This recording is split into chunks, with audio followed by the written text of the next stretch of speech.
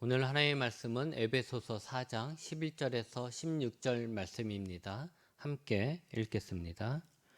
그가 어떤 사람은 사도로, 어떤 사람은 선지자로, 어떤 사람은 복음 전하는 자로, 어떤 사람은 목사와 교사로 삼으셨으니 이는 성도를 온전하게 하여 봉사의 일을 하게 하며 그리스도의 몸을 세우려 하심이라.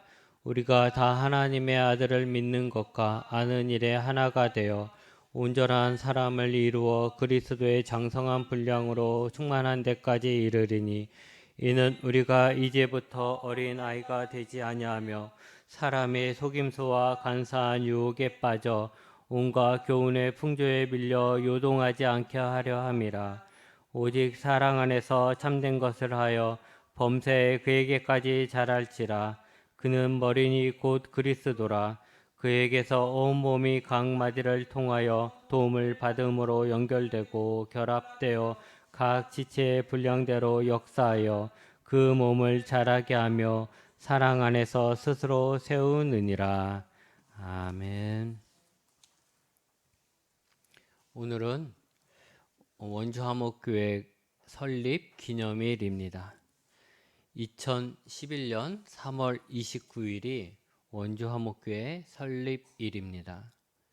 원주화목교회는 강원 지방의 교회와 창원 성결교회가 협력해 줘서 세워진 교회입니다.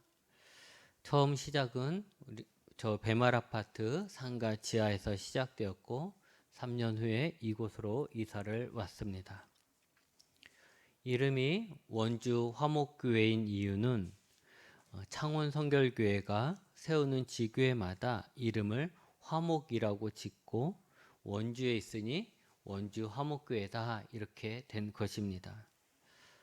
화목이라는 것은 우리끼리 화목하게 지내라 이런 뜻이 아니라 하나님과 세상을 화목하게 하라는 교회라는 뜻입니다. 고린도후서 5장 18절에서 19절 말씀입니다. 우리 함께 읽겠습니다.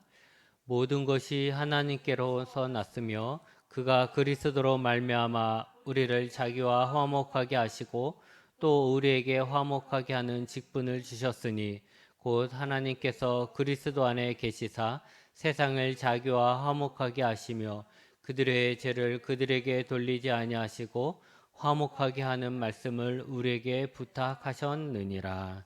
아멘. 하나님은 예수님을 통해서 우리와 화목하게 하고 우리에게 세상을 하나님과 화목하게 하는 직분을 주셨으며 화목하게 하는 말씀, 복음이죠. 이것을 우리에게 부탁하셨습니다. 먼저 우리 개개인이 하나님과 화목한 관계가 되었음을 감사해야 합니다. 우리의 능력으로 우리의 공로로 하나님과 화목한 관계가 된 것이 아니고 하나님께서 예수님을 화목제물로 우리에게 주셨기에 예수님이 자신을 우리의 화목제물로 드렸기에 예수님의 희생으로 우리가 하나님과 화목한 관계가 된 것입니다. 이것이 우리와 교회 밖의 사람의 차이입니다. 거기다가 우리에게 또 직분을 주셨는데 그것은 아직도 하나님과 원수된 자들에게 이 화목해 하신 하나님의 사랑을 전하라는 것입니다. 즉 복음을 전하라고 우리에게 직분을 주셨다는 거죠. 그렇다면 하나님으로 말미암아 예수님으로 말미암아 하나님과 화목하게 된 우리의 꿈이며 하나님의 바람은 지금은 사람들이 하나님과 반목하거나 원수자인 자로서 하나님을 외면하고 대항하며 살고 있지만 우리가 예수님의 복음을 전함으로써 결국 모든 사람들, 이 세상이 하나님과 화목한 관계를 맺는 것이 하나님의 꿈이고 우리의 꿈이 되는 것이죠. 여러분 한번 상상해 보십시오. 모든 사람들이 하나님을 찬양하고 예배하고 기도하는 것이 전혀 이상하지 않는 나라입니다. 모든 예배 때마다 모든 사람들이 각 교회에 모여서 하나님을 예배하는 거예요. 모든 사람들이 하나님의 말씀을 진리로 받아들이고 하나님의 말씀을 따르는 것을 당연하게 생각하는 나라입니다. 우리가 그런 나라를 만들어가는 자라는 것입니다. 하지만 현실은 좀 그렇지 않죠. 우리가 원주화목교에 모인 이유는 저마다 다르지만 내 삶에 어떤 만족하지 못하는 욕구를 채우기 위해서 오셨을 것입니다.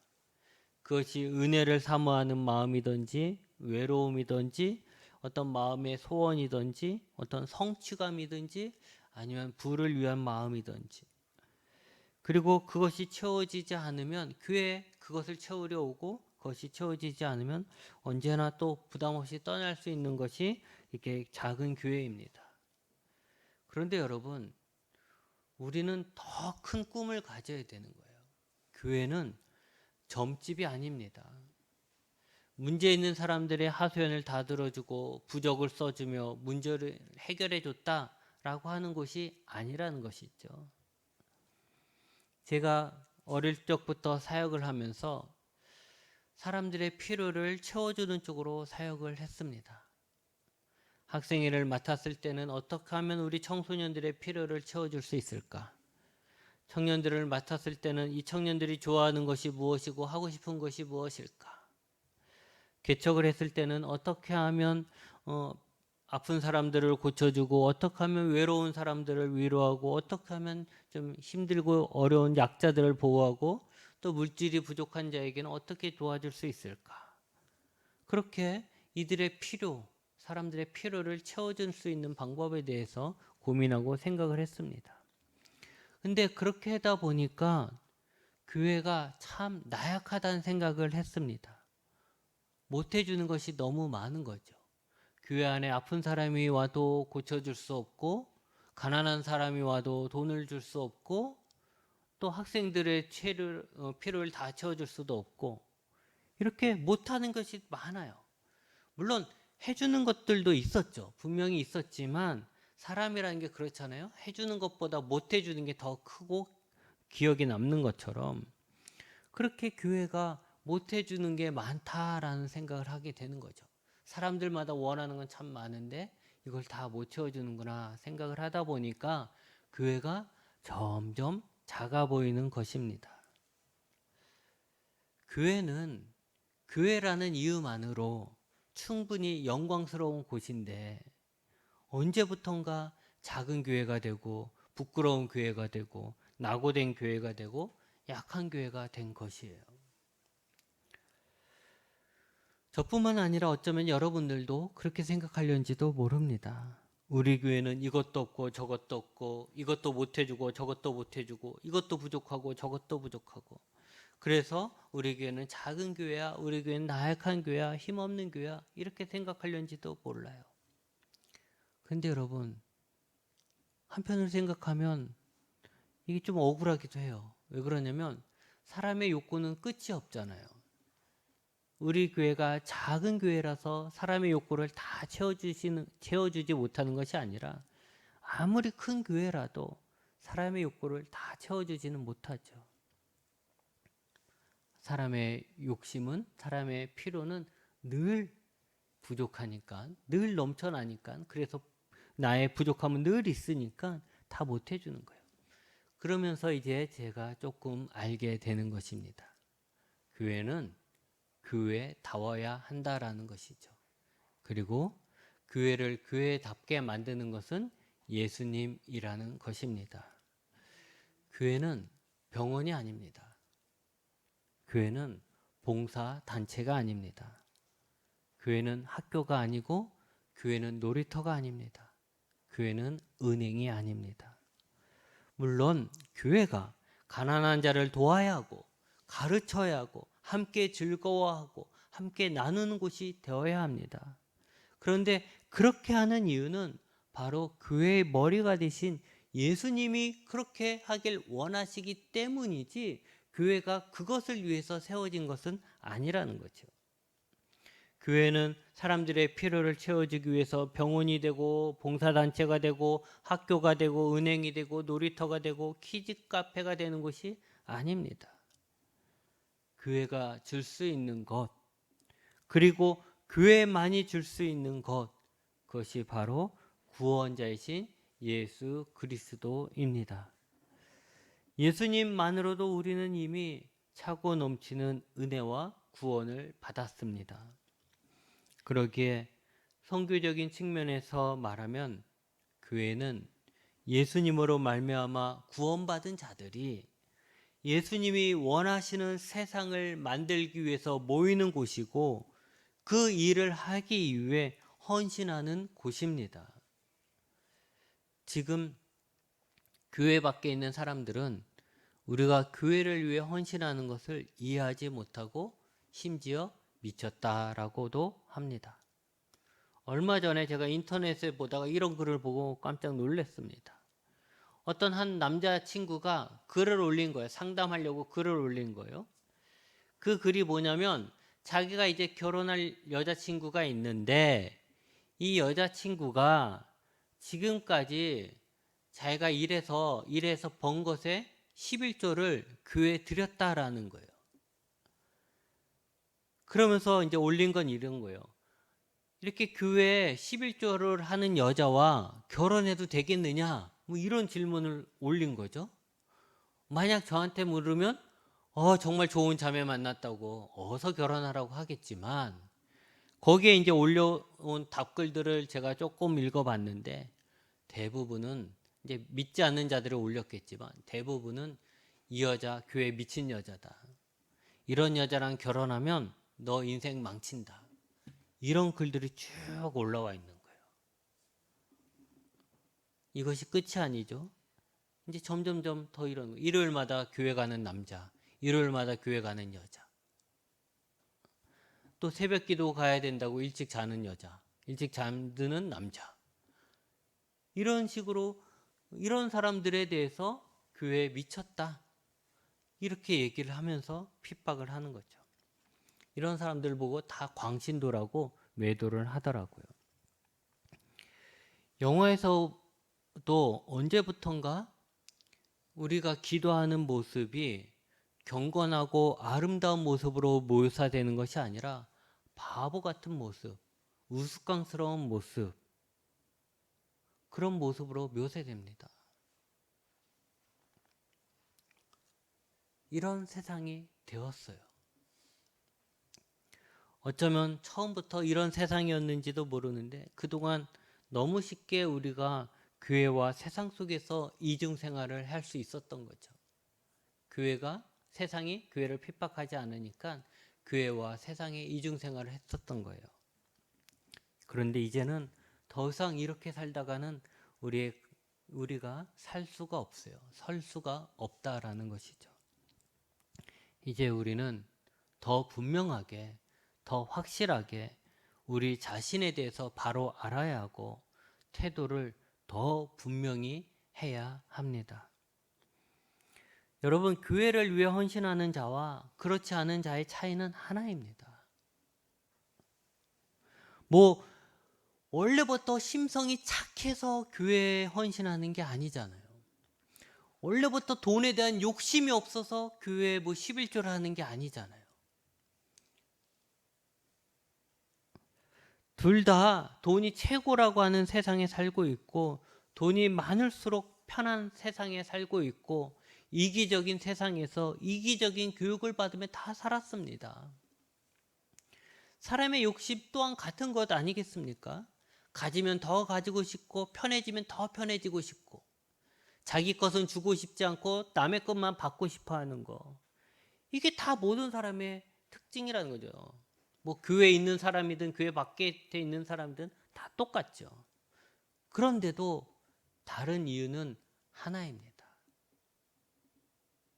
그리고 그 이유가 없다면 결코 교회를 위해 헌신할 수도 없고 해서도 안 됩니다. 바로 예수님의 은혜로 구원을 받았는가 하는 것이지요. 오직 예수님으로 인해 구원받은 사람이 예수님을 위해 사는 것입니다. 그것은 단지 나를 구원해 주신 그 은혜에 감사해서 그 의리를 지키기 위함이 아닙니다. 그것은 내가 예수님께 구원받았다는 것은 내가 새 사람이 되었기 때문입니다.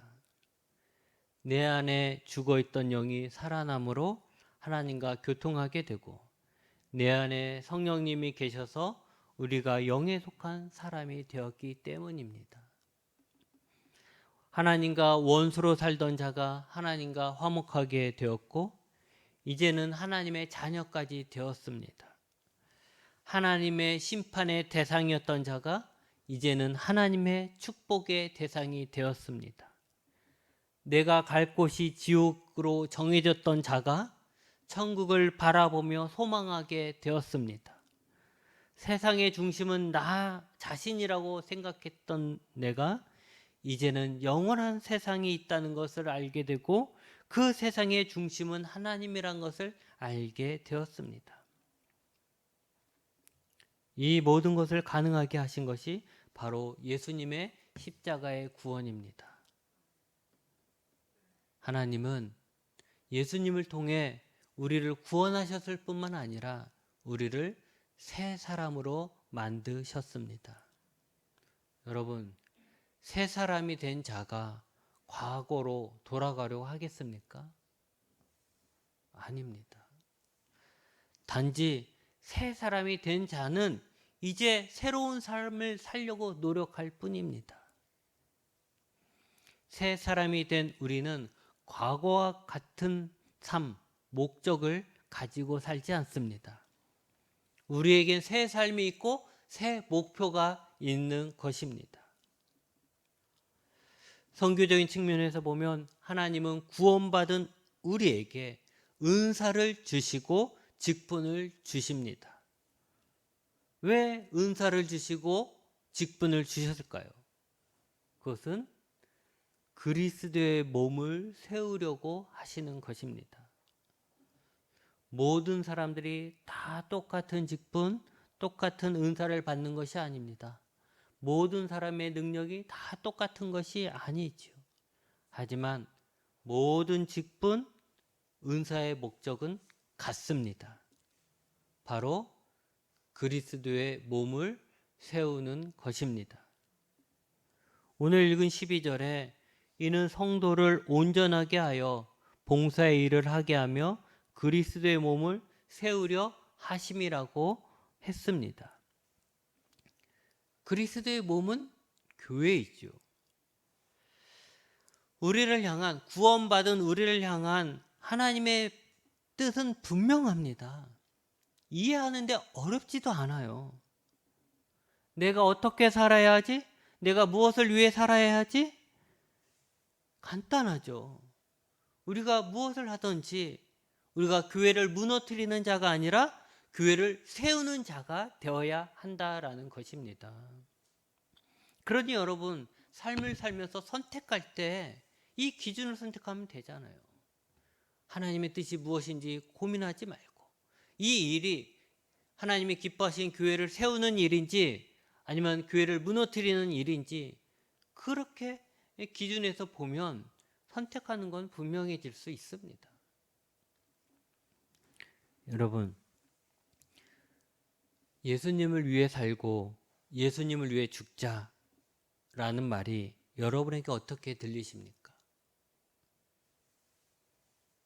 여러분은 여러분의 자녀에게, 내가 사랑하는 자녀에게 너는 예수님을 위해 살고 예수님을 위해 죽어야 돼 이렇게 말할 수 있습니까? 이 말이 예수님을 위해 살고 예수님을 위해 죽는다, 이 말이 사이비 같습니까? 광신도들의 어떤 그런 외침 같습니까? 처음에는 저도 그렇게 생각했습니다. 뭐 광신도까지는 아니더라도 이건 너무한 거 아니냐, 좀 너무 심한 거 아니냐 이런 생각을 했었죠. 그런데 우리가 하나님의 아들을 믿는 것과 아는 일에 하나가 되어 온전한 사람을 이루어서 그리스도의 충만하심의 그 경지까지 다다르면 우리의 삶의 목적과 하나님의 목적이 일치하게 됩니다. 나 따로 하나님 따로가 아니라 하나님의 뜻이 내 뜻이 되는 것이죠. 여러분, 교회는 아까 이야기한 것처럼 어떤 필요를 채워주는 곳이 아닙니다. 교회의 근본적인 목적은 교회는 구원받은 사람들의 모임입니다. 그러니까 실질적으로 교회는 구원받은 예수 그리스도를 통해서 구원받은 사람들이 모이는 곳이죠. 물론 모든 구성원들의 신앙이 같을 수는 없습니다. 한 집안에 아이가 있고 학생이 있고 청년이 있고 장년이 있고 노년이 있는 것처럼 교회 안에서도 각 신앙의 장성함이 다 다르지요. 그래서 교회 안에서도 아직 구원을 받지 못한 사람도 있고 아직 세상이 더 좋은 사람도 있고 욕심에 사로잡혀서 예수님을 이용할 생각만 하는 사람들도 있고 예수님에게 헌신된 자도 있는 것입니다. 하지만 분명한 것은 우리는 예수 그리스도의 몸된 교회를 세우기 위해 온전히 헌신하는 자로 살아야 한다라는 것입니다. 단순하게 생각하면요, 아기로 있을 때가 가장 행복합니다. 여러분의 인생에서 가장 행복했던 적은 아기였을 때입니다. 모든 사람들이 나에게 관심을 가져주고 나를 위해 봉사하고 나를 먼저 생각해 줍니다. 모든 사람들이 나를 왕처럼 받들어주고 나는 아무런 부담감도 없이 책임감도 없이 아무런 일도 안 해도 됩니다. 심지어는 내가 똥을 싸도 그것을 다 다른 사람들이 치워주죠. 그러다가 뭔가 내가 하나라도 하면 마치 큰 일을 한 듯 칭찬해 줍니다. 단지 악이라는 이유만으로 모든 사랑을 독차지하지요. 그런데 여러분, 우리가 악의로만 있을 수는 없습니다. 만약 우리가 악의로만 있다면 우리는 얼마 못 가서 죽게 될 것입니다. 교회도 마찬가지죠. 우리의 신앙은 자라야 합니다. 우리의 신앙이 자라지 않으면 우리는 언젠가 죽게 될 것입니다. 약한 자에서 강한 자로, 이기적인 자에게서 하나님 중심으로, 불순종하는 자에서 순종하는 자로서 하나님 안에서 소망을 보고 그 소망을 나의 기쁨과 목적으로 삶을 수 있도록 그렇게 우리는 자라는 거죠. 그래서 결국 예수를 위해 죽고 예수를 위해 살겠다라고 말하는 것이 전혀 이상하지 않을 정도로 우리의 신앙은 자라야 합니다. 나 개인은 예수님의 모습을 닮아가야 하고 교회는 그리스도의 몸으로 세상에 그리스도를 나타내야 합니다. 예수 그리스도께서 하신 일, 즉 하나님과 세상을 화목하게 하는 일을 해야 하며 결국 하나님 나라가 임하도록 해야 하는 것이 교회입니다. 믿음이 약한 분들을 위해 이야기합니다. 여러분, 사람의 속임수와 간사한 유혹에 빠져 이 세상의 풍조에 밀려 요동하지 마십시오. 세상을 따라가지 마십시오. 여러분에게 예수님이 누구인가에 대한 확답을 가지고 있어야 합니다. 여러분에게 예수가 누구야? 너에게 예수는 뭐야? 이렇게 물었을 때 여러분은 분명히 대답할 그 이유를, 그 대답을 갖고 있어야 한다라는 것이죠. 나를 위해 존재하는 예수님에서 이제 예수님을 위해 존재하는 나로 성장해 나가야 합니다. 여러분을 힘들게 하는 많은 근심과 걱정과 두려움, 욕심까지도 예수 그리스도 안에서 여러분의 삶의 목적을 분명히 이해하고 찾는다면 많이 사라질 것입니다. 우리가 갈 길이 어딘지 모르니까 걱정되는 게 더 많은 거예요. 내가 지금 갈 곳이 어떤 곳인지 알면 거기에 맞춰서 준비하면 되는데 그 갈 곳을 내가 모르고 방황을 하니까 이것도 필요한 것 같고 저것도 필요한 것 같고 이것도 없고 저것도 없고 이렇게 되는 것이죠. 그래서 걱정만 하는 것입니다. 믿음이 약한 자들을 위해 계속 이야기합니다. 예수님을 위해 살면 나는 손해를 보는 것은 아닐까 걱정됩니까? 예수님을 위해 살면 여러분은 손해보지 않습니다. 오히려 더 많은 이득을 챙길 수 있습니다. 사회적으로도 그렇습니다. 단 예수님을 위해 살 때입니다. 지금 뉴스에 나오는 목사라는 자들에 의해서 착취를 당했다라는 고 말하는 사람들은 예수님을 위해 살지 않았습니다.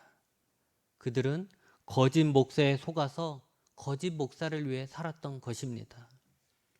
여러분, 예수님은 거짓 선지자를 조심하라고 했습니다. 양처럼 보이지만 양의 털을 뒤집어 쓴 늑대도 분명히 있는 것입니다.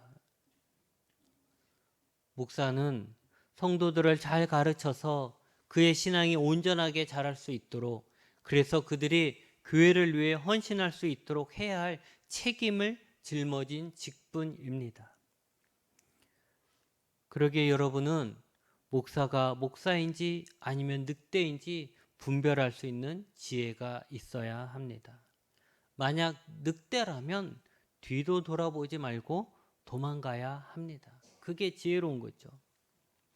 하지만 하나님께 주어진 직분을 이행하려고 노력하는 목사라면 신뢰하고 따라야 합니다.